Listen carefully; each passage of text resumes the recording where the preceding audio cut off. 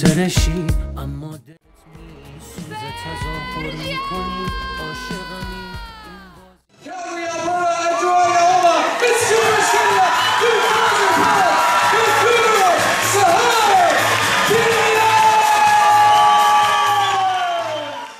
هر روز نترس آدم دم رفتن همش دلشوره میگیره، 2 روز بگذره این دلشوره ها از خاطرت میره.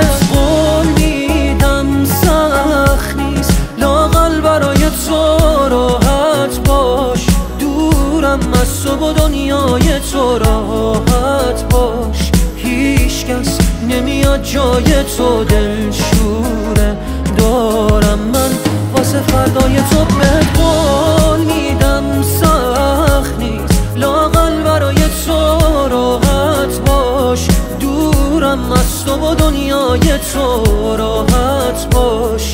هیچ کس نمیاد جای تو دلشوره دارم من واسه فردای تو.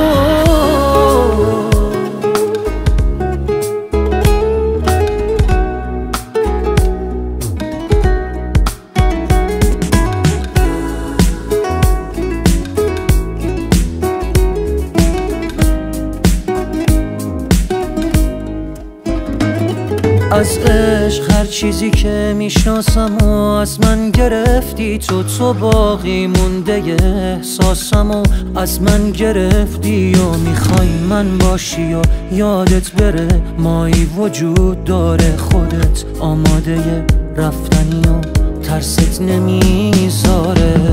اصلا نترس راحت برو بی من، هیچکی به جز تو منو یادش نیست. فکر کردی کی از من خبر داره، راحت برو هیچکی حواسش نیست. بهت قول میدم سخت نیست لااقل برای تو راحت باش، دورم. سلام به تمام هموطنان، من سحر بینیاز هستم و همونجور که بهتون قول داده بودم این پایین پیج من میتونین الان برام بنویسین پایین کامنت که سوالتون برای من چیه و من هفته دیگه براتون جواب میدم. سوال هفته پیش این بود که سحر خانوم شما از عشق هر چیزی که میشناسم و از من گرفتی تو باقی مونده احساسم و از من گرفتی و میخوای من باشی و یادت بره مایی وجود داره، خودت آماده رفتنی و ترست نمیذاره. اصلا نترس راحت برو بی من، هیچکی به جز تو منو یادش نیست. فکر کردی کی از من خبر داره، راحت برو هیچکی حواسش نیست. بهت قول میدم سخت نیست لااقل برای تو راحت باش، دورم از تو و دنیای تو راحت باش. هیچ کس نمیاد جای تو دلشوره دارم من واسه فردای تو. بهت قول میدم سخت نیست لااقل برای تو راحت باش، دورم از تو و دنیای تو راحت باش.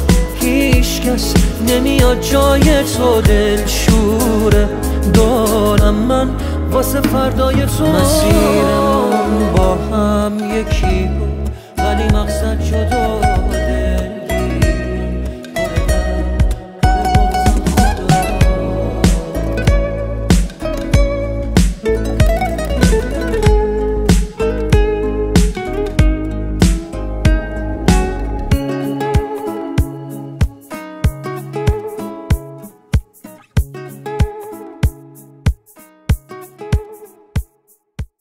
I would love to be Miss Universe Canada 2012 because I want to be an ambassador for our country, Canada, and I want to show to young girls that if you truly believe in something, you can achieve it as long as you have persistence, you have passion, and most importantly, consistency.